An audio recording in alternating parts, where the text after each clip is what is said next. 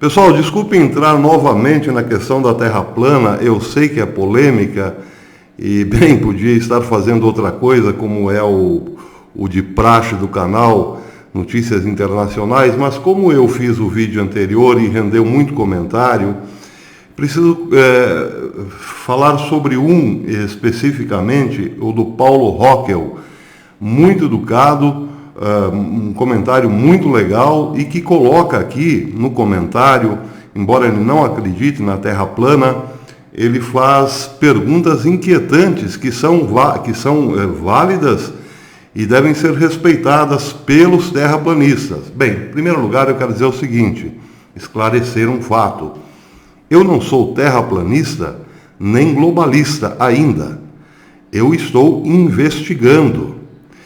E na minha investigação, eu só posso usar como recurso, como ferramenta para a minha investigação, o que as revistas estão publicando aí, as revistas científicas, e a filosofia como base, mas ainda não cheguei a uma conclusão. Agora, estou achando muito mais lógico e mais científico os elementos trabalhados pelos terraplanistas e muito mais esotérico ou então metafísico os elementos trabalhados pelos globalistas. Calma, eu ainda não disse que sou terraplanista, mas essa distinção eu sou obrigado a fazer porque posso justificar. Espera um pouquinho que eu vou tentar justificar, mas antes quero responder aqui ao Paulo Rockel, que fez uma pergunta que transcende um pouco a questão da ciência propriamente. Bem, ele começa dizendo, eu sigo o professor Belei, Olavo de Carvalho, Débora Barbosa e outros com quem me identifico com suas linhas de pensamento e princípios. São pessoas admiráveis, muito obrigado pela parte que me toca, com inteligência e preparos excepcionais, dignas de admiração e respeito. Muito obrigado novamente, Paulo. Mas, quanto à simples admissão da possibilidade da Terra ser plana, me causa espanto. Como pode? O que vemos no céu? Os planetas são esféricos, o Sol, a Lua, o eclipse da Lua. Por certo, ao admitir que a Terra pode ser plana, põe-se em dúvida também todas as conquistas da humanidade nas viagens espaciais. Bom, aqui já é outro problema. Primeiro problema, ele diz o seguinte, bom, eu olho aí para fora e tudo é bola. A Lua é bola, o Sol é bola, Marte é bola.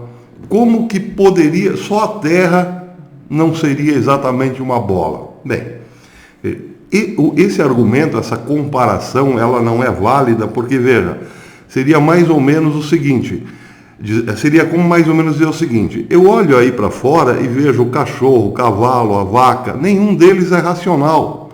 Como pode que o ser humano então seja racional? É basicamente isso. Porque, vejam, levando em consideração que o homem transcende a animalidade, embora seja animal, nós podemos usar também esse argumento para a questão da Terra plana. A Terra, ela é diferente de tudo, pode ser diferente de tudo, justamente para comportar o animal diferente de todos os outros. Se a gente vai lá na Bíblia, a gente vai ver que o animal humano, ao receber o Espírito Divino, ele também passa a ser espiritual, racional. O ser humano, aí vai dizer Edith Stein, a Santa Teresa, depois de convertida, a filósofa Edith Stein, entrou para um convento, mudou de nome e depois foi canonizada, Santa Teresa. Bem, Santa Teresa dizia que o ser humano, ele é matéria, corpo, né, animalidade, mas é alma e também espírito. A alma seria uma espécie de ligação entre o espírito e o corpo, aquilo que atualizaria no corpo a vida espiritual, algo mais ou menos assim. Não posso, em 2 ou 3 pinceladas, entrar nessa questão, porque na verdade ela é mais tomista do que da própria Edith Stein. Mas enfim, só pelo fato de receber o sopro divino, o homem foi feito, melhor dizendo, diferente de todo o resto. Seria natural, já que Deus teve um cuidado tão especial pelo homem, a ponto de ele mesmo entrar na história e na humanidade, ao ponto de ele mesmo se fazer homem, que construísse a sua casa diferente de todas as outras que estão por aí. Claro que esse argumento foge à ciência, nós já estamos entrando em outra esfera, mas a estrutura de raciocínio é válida. É como dizer, bom, se eu vejo tudo por aí, né, sem razão, sem a racionalidade humana, eu não vejo, por exemplo, os cachorros construindo biblioteca, deixando heranças culturais para outros cachorros, ou seja, fazendo civilização. E está cheio de cachorro por aí, nenhum deles é racional. Está cheio de vaquinha por aí, nenhuma delas é racional. Pô, mas então não é possível que só o homem seja racional. Pois é, acontece que só o homem é racional. Bem, por que só a Terra então seria plana? Porque a Terra e o homem têm uma relação especial, desde a queda do paraíso, que provavelmente já era a Terra também. Essa aqui tem sido a casa própria do homem, o seu vale de lágrimas, e portanto não pode ser comparada com nenhum outro ponto, nenhum outro corpo celeste. Por quê? Porque lá nenhum homem foi encontrado ainda. Então, esse raciocínio, Paulo, eu acho assim que não é muito válido por causa disso. O homem, ele próprio, é diferente de tudo. Agora, o mais interessante dessa história é o seguinte: o que eu quero dizer, eu não sou terraplanista ainda, como disse no começo, mas eu não posso negar que os terraplanistas estão baseados mais em elementos fundantes do pensamento ou da experiência comum, ou seja, em entes ideais, do que propriamente em entes metafísicos. Vou tentar explicar de um modo rápido e simples. A experiência tem que haver, para haver ciência, é preciso que haja um fundamento para a experiência, ou uma essência da experiência. E essa, como eu usei o recurso aí de recorrer à fenomenologia, para a fenomenologia não pode ser a mera experiência sensível, nem as suas relações causais. Deve ser de outra ordem. Por exemplo, como nós chegamos a certas conclusões mentais por causa da experiência, nem sempre. Vejam o caso de duas pessoas terem o mesmo pensamento ao mesmo tempo. É possível que duas pessoas tenham o mesmo pensamento ao mesmo tempo? Sim, é possível. Por quê? Por causa das mesmas relações causais? Bem, isso já seria impossível. Vamos imaginar que eu pense aqui comigo agora. Sócrates só pode ser mortal mesmo porque afinal ele é homem. Ou então o contrário. Sócrates é homem, portanto ele tem que ser mortal. Bem, eu tive esse pensamento, mas ao mesmo tempo outra pessoa teve esse mesmo pensamento. Por que duas pessoas têm o mesmo pensamento ao mesmo tempo? Vamos às relações causais. Bem, eu estou aqui pensando num texto que eu li de lógica e me ocorreu pensar isso. Essa é a causa do meu pensamento. Será que o outro teve a mesma causa? Bem, acho muito difícil. Eu aqui no Brasil, aqui no sul do país, tendo centenas de pensamentos que me levam a esse, acho quase impossível que outra pessoa em qualquer outra parte do mundo tenha o mesmo desencadeamento de ações, de vivências espirituais e pá, chegou naquela proposição por causa do mesmo desencadear de raciocínio. Isso é praticamente impossível. Isso é mais difícil do que achar uma agulha no oceano. Mas, enfim, o que interessa nesse caso é saber o que faremos com o mesmo pensamento. Poderemos chegar à mesma conclusão? Sim, poderemos chegar à mesma conclusão. Por quê? Se trabalharmos a estrutura lógica desse pensamento, nós veremos que essa estrutura se repete nas duas mentes, pode se repetir nas duas mentes. É o mesmo caso, vou pegar agora eu estou usando um exemplo da lógica, mas vou pegar um exemplo da matemática que é mais simples. Eu aqui penso que 2 mais 2 é 4. Estou fazendo as contas de quanto gastei R$2 ali, gastei R$2 lá, puxa vida, gastei R$4. 2 mais 2 é 4. Outra pessoa pode pensar o seguinte: bem, eu comprei um carro aqui, comprei outro carro lá, depois eu comprei um carrinho para vender, depois eu comprei um Fusquinha que achei muito bonitinho. Nossa, comprei 2, depois comprei mais 2, puxa, 2 mais 2 é 4. Causas diferentes, pensamentos iguais. O que permite, qual é o fundo comum dessa experiência? Não está na causa, não está na causalidade, não está na relação causal. Os pensamentos foram adquiridos por causas bem diferentes.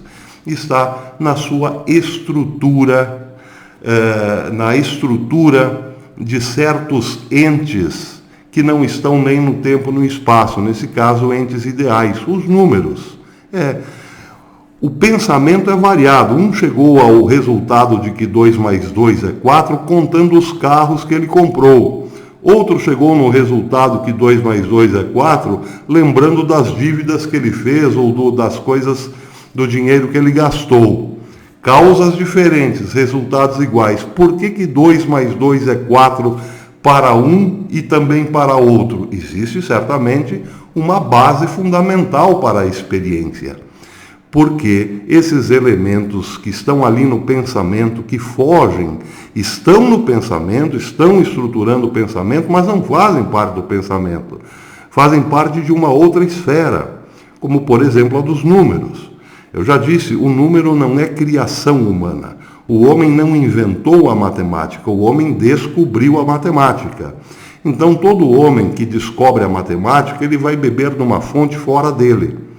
Embora os números estejam aí dentro do pensamento também, estruturando o pensamento lógico e racional. Mas a sua origem não está no pensamento, está fora do pensamento. E por estar fora do pensamento, é que ela é a base, ou seja, ela é o campo próprio que permite a mesma experiência, ou seja, ela é o campo essencial da experiência. Então, se um diz que 2 mais 2 é 4 e outro diz que 2 mais 2 é 4, onde está o essencial, onde está a essência da experiência? Está num ente ideal, que não está no tempo, não está no espaço, não está sujeito a transformações, existe antes do homem e vai continuar existindo depois. Essa é a base da lógica, essa é a base do raciocínio. Por quê? Porque não só está estruturando o pensamento, como pode ser verificada pelo pensamento como prova. Eu posso provar, sim, embora esse ente ideal, que é chamado número, eu não possa vê-lo nem tocá-lo porque ele não tem corpo e ele não está no tempo e no espaço, ele sim me permite a prova sobre as coisas materiais.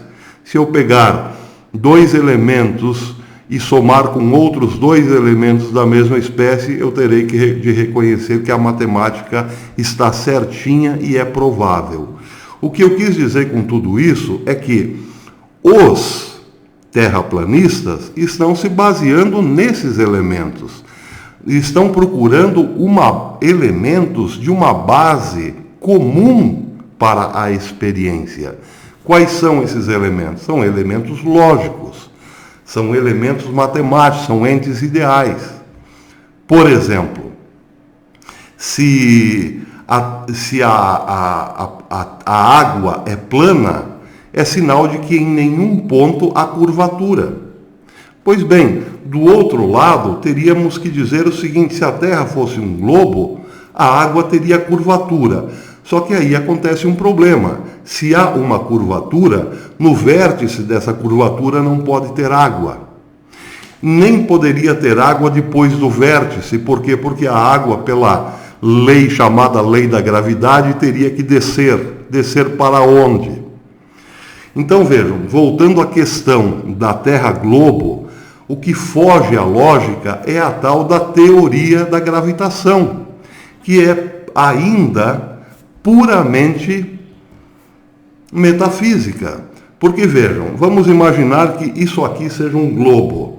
Se é um globo, tem água em cima, tem água dos lados e tem água embaixo. O que segura essa água? Por que a água que está embaixo simplesmente não desaparece no abismo cósmico? Por que ela está ali? Ah, professor, por causa da lei da gravidade. Bem, se é por causa da lei da gravidade, então a lei da gravidade tem que explicar por que eu consigo jogar um objeto para cima? Porque se a lei da gravidade é tão forte e capaz de segurar a água dos oceanos, ela teria que exercer uma massa violenta sobre qualquer objeto. Eu mesmo não poderia sair do chão. Eu não conseguiria dar um pulinho de 5 centímetros. Por quê? Porque a gravidade que segura um oceano inteiro, ela não me permitiria eu, uma formiguinha, dar um saltinho que fosse. Ou estou sendo irracional? Outro detalhe importante. Imaginem, na curvatura da Terra, um navio saindo de uma margem, de um porto, e logo desaparecendo. Ele desapareceu porque entrou na curvatura da Terra. Ou seja, ele está na descendência. Se nós usarmos a mesma lógica a mesma lógica que é usada para dizer como que a água é segura, então ou esse navio ficaria parado, ou então o contrário disso, ele simplesmente despencaria em alta velocidade. Porque, como diz o ditado, na descida todo santo ajuda. E parece que os navios continuam, na falta de vento e vela, precisam usar os seus motores em qualquer ponto do oceano. Em nenhum deles, parece-me, há uma queda. Os navios, os grandes navios, estão acelerando o tempo todo, a menos que cheguem perto de algum obstáculo, porque não são empurrados. Agora, outro detalhe, se o navio, pela tal força da gravidade, descesse, a água teria que descer junto. E aí, meus irmãos, onde tudo isso ia parar? Então, eu quero dizer o seguinte, a teoria de que há uma força segurando a água, ela é puramente metafísica e quase irracional. É preciso ter mais fé para acreditar que existe uma força segurando a água do planeta em todos os lados, do que para acreditar na planicidade da água. Infinitos testes já foram feitos e comprovaram. A água simplesmente é plana. Em nenhum momento há uma curvatura na água. E aí, como explicar isso? Bem, para terminar, quero dizer o seguinte, muito obrigado, Paulo Rockel, pelo teu comentário. Não estou respondendo para provar que a Terra é plana, estou apenas dizendo o seguinte, que no meu entender, hoje, há muito mais lógica nos terraplanistas que estão buscando um elemento dentro de um chamado, vamos pegar aí o que Russell chama de intencional, uma intencionalidade que faz parte de uma base comum da experiência, ou seja, um elemento puramente racional e científico, do que os globalistas, que tentam sustentar uma ideia de que tudo está mais ou menos no seu lugar por causa da chamada força da gravidade, mas não conseguem dizer o que é a tal força da gravidade e por que ela é autocontraditória. Porque a força da gravidade é, sim, contraditória. Então, enquanto os terraplanistas se baseiam em elementos puramente racionais, lógicos e matemáticos, os globalistas se mantêm firmes na velha tradição metafísica. É quase um objeto de fé. Quase não, é basicamente um objeto de fé. Defender hoje o globo é sim uma defesa apaixonada dos entes da fé, ou melhor, dos entes metafísicos, perdão.